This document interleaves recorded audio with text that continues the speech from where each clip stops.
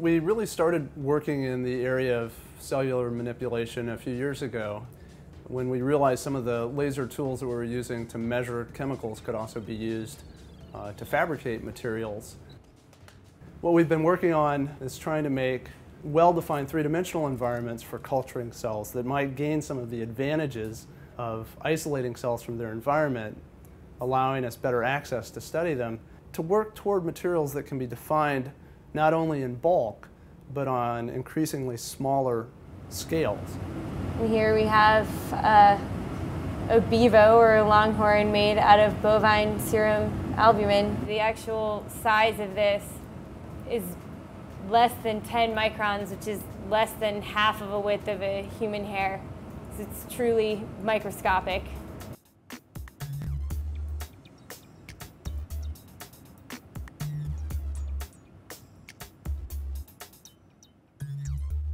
I met Jason at a Wednesday meeting that we have for a bunch of the faculty. And so Jason sort of showed this really interesting technology, showed all these skulls that he could make that were micron sized, and he could draw beetles and he could draw all these sort of interesting things. And he was really looking for a biological application for this. So there's a lot of data out there right now that shows that bacteria actually act very differently when they're in groups as opposed to when they're by themselves. So they have this social behavior. It's called socio-microbiology. So I collaborate with the Shear Laboratory, and basically we're studying bacterial cell-cell communication.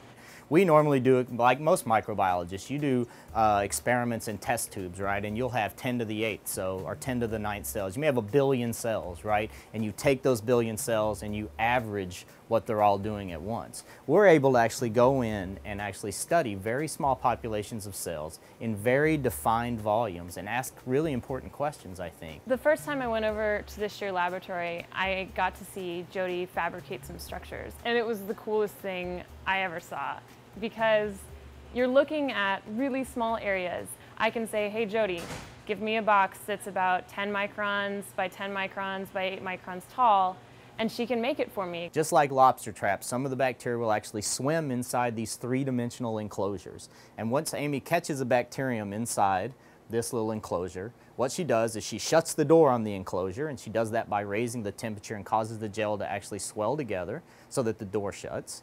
And then what she can do is watch this one bacterium and actually try to understand its social and group behaviors. They basically give us tiny, tiny boxes to put bacteria inside, and then we can examine the way the bacteria are behaving, and we can look at antibacterial resistance inside of these small traps, which is something that you can't do in batch culture in a giant flask. Biofilms, which are aggregates of bacterial cells, like to attach and adhere to surfaces, and they are fouling on medical implant devices. This is really important because biofilms are thought to be about 60% of all infections in the hospital are supposed to be biofilm derived. So what I'm trying to do is not let bacteria attach to a surface. To use these types of designs to line the inside of a catheter, for instance, or other medical implant device.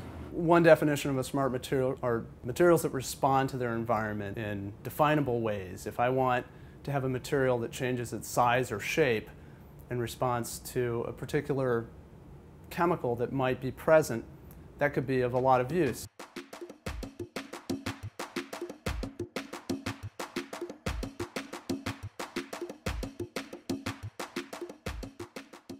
One of the real holy grails is being able to guide two nerve cells to hook up in a way that they might regain functionality. So when nerves are damaged now, what most surgeons like to use is just taking a piece of nerve tissue from somewhere else in your body and grafting it.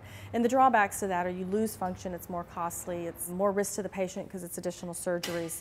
What we want to be able to do is create an implant that will encourage that nerve to regrow. Our ultimate goal is to create these types of structures so that we can guide individual neurons along a precise path. So we can provide chemical guidance as well as topographical guidance, and that could facilitate reconnecting these damaged nerves. It does combine two areas of expertise, and there's no way that my lab could be the experts in what we're experts in as well as doing what Jason does. It's genuinely two techniques from two different labs. If there's an experiment that I'm having trouble with, I can go ask Christine for her perspectives on, what I might do to fix this problem.